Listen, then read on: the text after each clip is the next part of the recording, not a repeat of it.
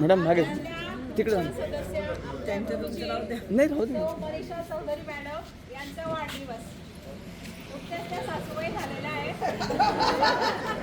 जावं यायला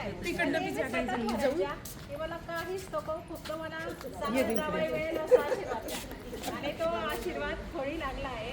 त्यांना देखणं आणि हुशार असं जावई मिळाला आहे. त्यांना कुठेही असलं तरी आपल्याला एकदम मोठी पार्टी मिळणार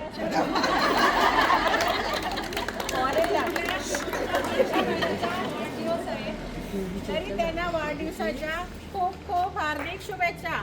स्वस्थ रहो, व्यस्त रहो, मस्त रहो.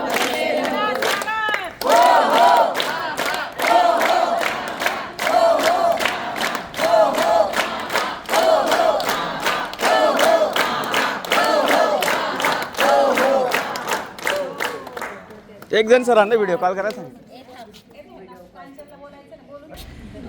असं काही नाही, रोज भेट व्हावी असंही काही नाही. एवढंच कशाला रोज बोलणं व्हावं असंही काही नाही. पण मी तुला विसरणार नाही ही एकदा खात्री झाली ना, त्याची तुला जाणीव असणं हीच झाली खरी मैत्री. शेवटी काय हो, भेटी नाही झाल्या तरी चालतात, पण मैत्रीच्या गाठी असणं हेच फार खरं महत्त्वाचं आहे. आणि ते प्रत्येकानं जाणलं पाहिजे. आणि ते तू माणसातलं माणूस पण जाणतेस.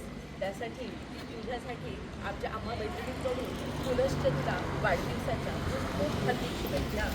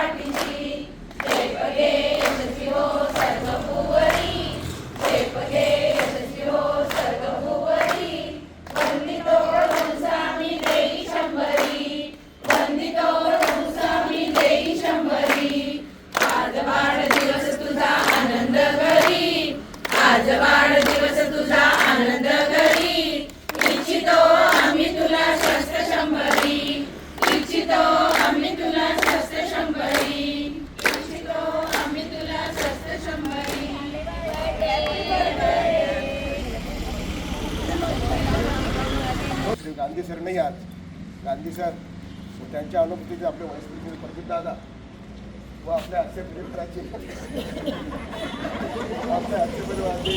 श्रेष्ठ बंधू आणि भगिनी, आज आपल्या मनशाताईंचा वाढदिवस आहे. आपण त्यांना शासन जेव्हा आदर्श शिक्षक पुरस्कार देईल तेव्हा देईल, पण आज आपण ते आपल्या हास्य परिवाराचा एक आदर्श शिक्षिका पुरस्कार आहे.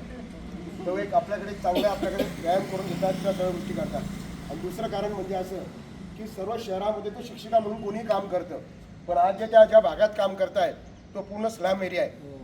पूर्ण सुप्रीम कॉलनी आहे, झोपडपट्टी, संपूर्ण बहुजन हित आहे, बहुजन सुख आहे, अशा परिस्थितीत ते लोक तिथे आहेत. कारण त्या वस्तीचा संपूर्ण इतिहास मला माहिती आहे. कारण 1985मध्ये आम्ही कामगार होतो, त्यावेळेला आम्हाला दिवाळीचं 3,000 बोनस आणि कंपनीने 3,000 देऊन 6,000 दिनामध्ये प्लॉट घेऊन दिले होते. आणि तेव्हा आम्ही सुप्रीम कोऑपरेटिव्ह हाऊसिंग सोसायटी स्थापन केली आणि ते सुप्रीम कॉलनी नामांतर झालं. मग त्यानंतर ती हळूहळू वस्ती वाढत गेली आणि तो सुप्रीम कॉलनी परिसर झाला. ती शाळा जी आहे ती विजय पाटील सर आणि अत्तर दादा होते. त्यावेळेला त्या शाळेचा बोर्ड 2 वर्ष माझ्या घरावर लागला होता. कारण माझी शिक्षिकासुद्धा, माझी मिसेस ही अनट्रेंड शिक्षिका होती आणि त्या भागात क्लासेस चालवायचे. मग त्यामुळे ते सर शोधत आले की ते आपल्याला शाळा चालू करायची बा. तर काय लोकांसाठी माझी शिक्षिका शाळा घेतात म्हणून. तर माझ्या घरावर 2 वर्ष शाळेचा बोर्ड राहिला. नंतर त्यांनी प्रयत्न करून ती जागा मिळवली आणि ती शाळा सुरू झाली. माझी मिसेस त्या काळात तिथे शाळेत शिक्षिका होती. तिने तिथे 4-5 वर्ष काम केलं. नंतर काही कारणास्तव तिला त्यावेळेस तिथून थोडंसं सोडावं, कारण ती अनट्रेन होती. शाळेने अट घातली होती की तुम्ही B.Ed करून आणा बुवा. मग तेव्हा आम्ही खाजगी पैसे करून B.Ed करून आलो. नंतर काही डिमांड आल्यानंतर ते आपल्याला शक्य झाल्या नाही. मग ते काही कारणास्तव त्यावेळेस शाळा सोडावी लागली मला.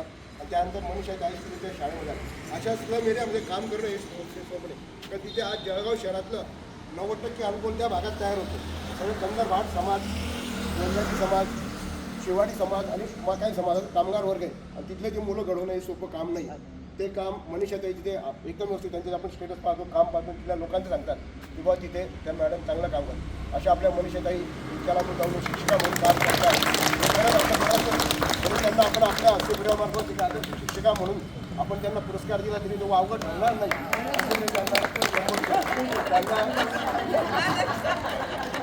त्यांना म्हणजे अशा खरंच त्या क्षेत्रामध्ये काम करणं अवघड आहे.